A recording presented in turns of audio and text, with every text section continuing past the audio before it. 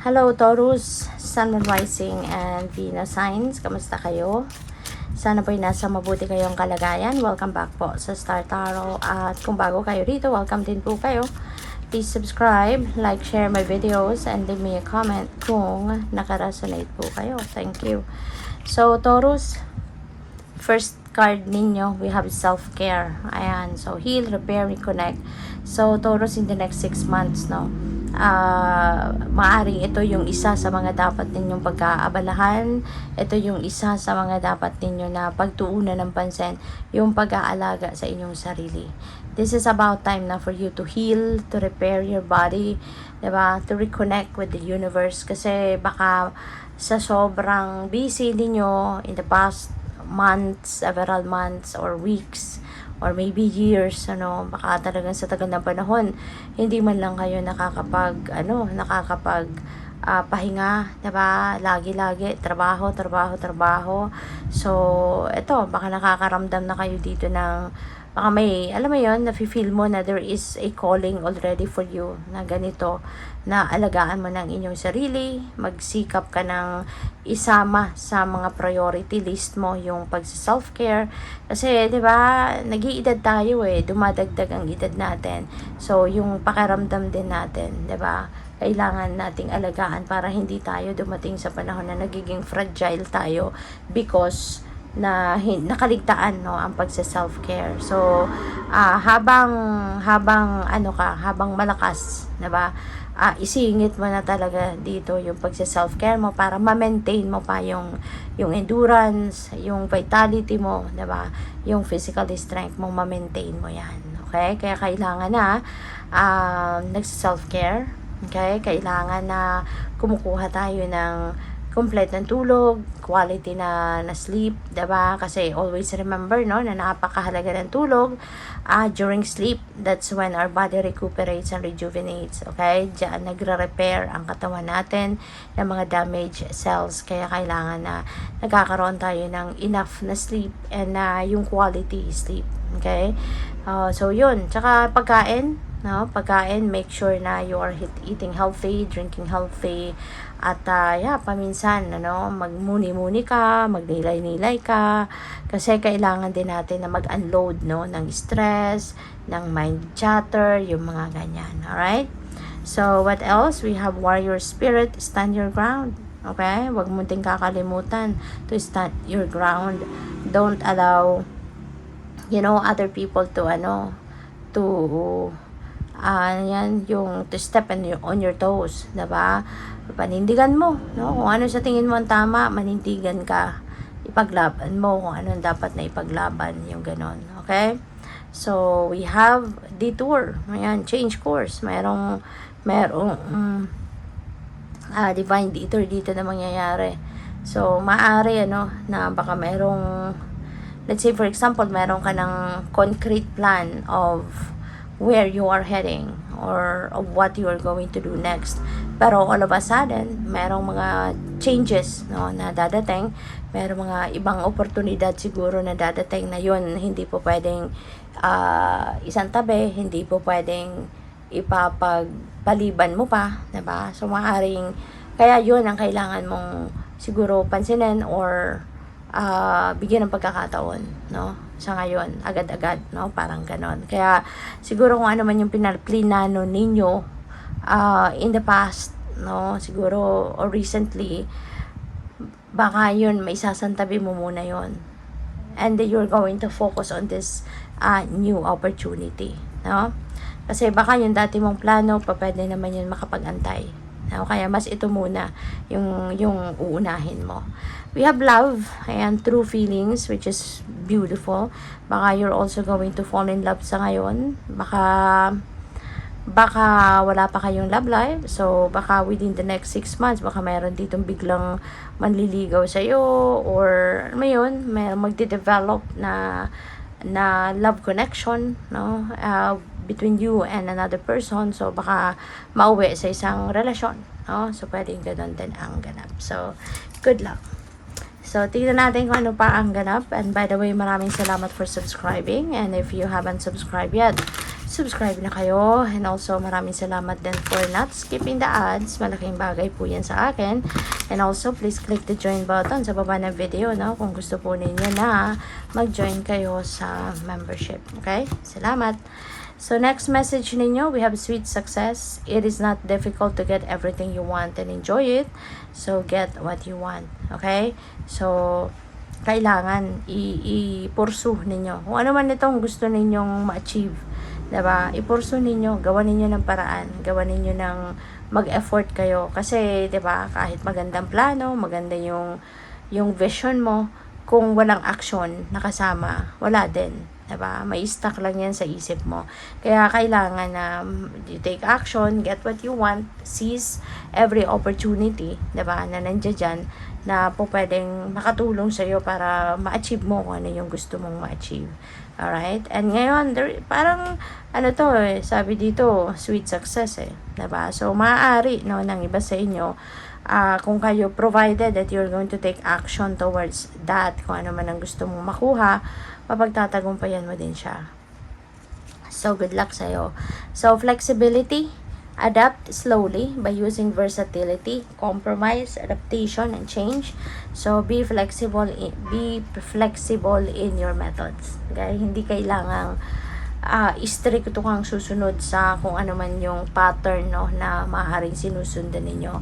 Kasi hindi natin masisiguro, no, na lahat ng bagay pare-parehas. Lahat ng sitwasyon pare-parehas. We can't expect that. Kaya hindi naman din tayo pwedeng strictly sumunod doon, no, sa kung ano man yung pattern na gusto ninyong sundan. Kasi nga, iba-iba ng sitwasyon. Iba-iba ng timing, 'di ba? So kung ano yung sa tingin ninyo ang tamang gawin, or yun ang magiging effective na gawin ninyo, then yun ang gawin ninyo. Be open to be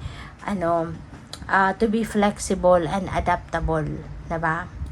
So what else? Tingnan natin kung ano pa ang mensahe para sa inyo. And by the way, maraming salamat, no, for subscribing. And if you haven't subscribed yet, subscribe na kayo.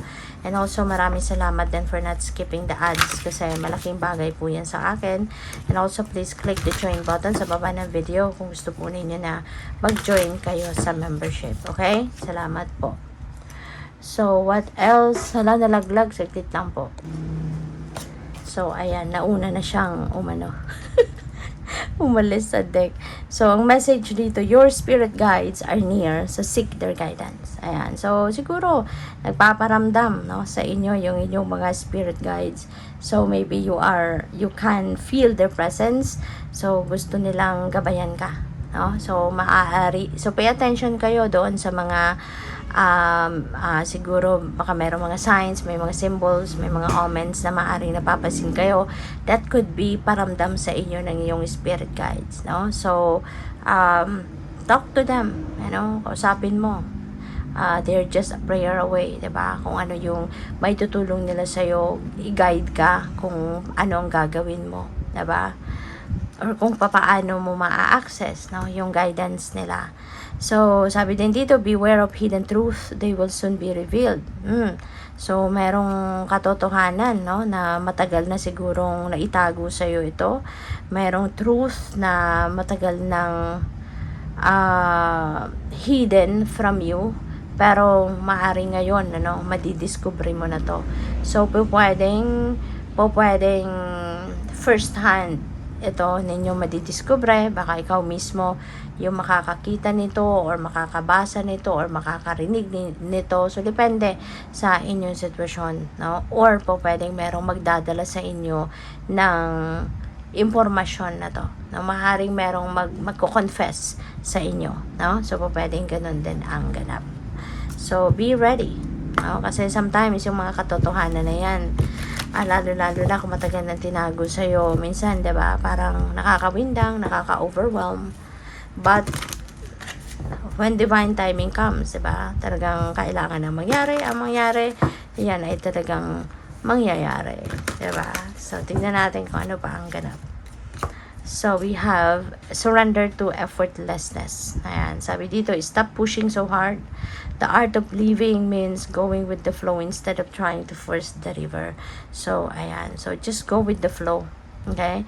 Kasi sometimes, 'di ba, kung kahit gaano mong pagpipilit kasi natin, no, the more na pinipilit mo, the more na pinipuwersa mo na mangyari ang gusto mong mangyari, 'di ba, mapapansin mo na mas lalong lumalayo, mas lalong nagiging komplikado, 'di ba? Kaya surrender to effortlessness. Just allow the universe, 'di ba, to orchestrate kung ano man ang dapat mangyari. At sumunod ka na lang sa agos ng buhay. Just go with the flow. 'Di ba? Rather than kontrahin ito, puwersahin ito, baguhin ito, just go with the flow. Kasi mas makikita mo na when you are surrendering to the universe, mas mapapansin mo na mas magaan ang buhay. Mas magaan ang journey. Okay? So, yun. Tignan natin kung ano pa ang ganap for Taurus.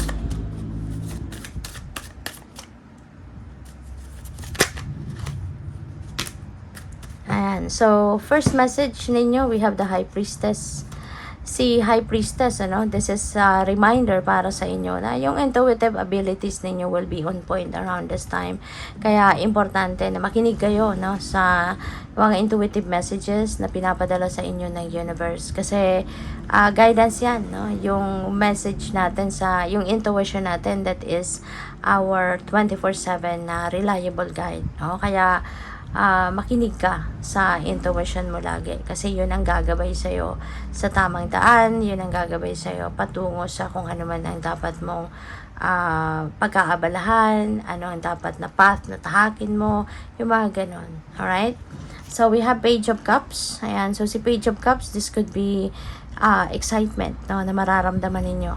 Maaring, tama, kasi meron tayong love, energy. So, baka meron talaga dito magpapakilig sa'yo. Meron maghahatid, ng saya. Extrang saya sa inyo. May bonus na sayang mararanasan ka, mararamdaman ka, and maybe that is related to love life, Or pwede rin na related yan sa mga friends. Baka matagal na kayong, alam mo yun, hindi nakakapag catch up with your friends, hindi kayo hindi kayo nakikita ng mga kaibigan mo, but now, diba, seeing your friends, not seeing your friends for a long time, diba, talagang mamimiss mo sila, kaya, pwede ngayon, baka merong mga gatherings kayo, magka-catch up kayo with friends and family, diba, so, kaya magiging masaya kayo. So, the moon, also, this is a reminder din sa'yo, parehas sila. Halos ni High Priestess, reminding you, Taurus, napakalakas ng panawagan sa inyo dito. This is reminding you to really follow your intuition. Okay, pakinggan mo yung intuition mo, magtiwala ka sa intuition mo. Rather than believing kung ano man ang mga sinusulsul sa'yo na kung sino-sino, rather than believing them, listening to them, mas pakinggan mo yung intuition mo. Ito yung sinasabi nating gut feel, o kaya yung sinasabi nating konsensya natin. Ito yun, that is your intuition. So, yun ang mas paniwalaan mo, kasi mas yun ang totoo. Yun ang galing sa universe. At, dreams. Pay attention to your dreams, Kasi yung guidance ng universe sa'yo, it's all over the place. Pwedeng ginagabayan ka through your dreams din dito ng universe.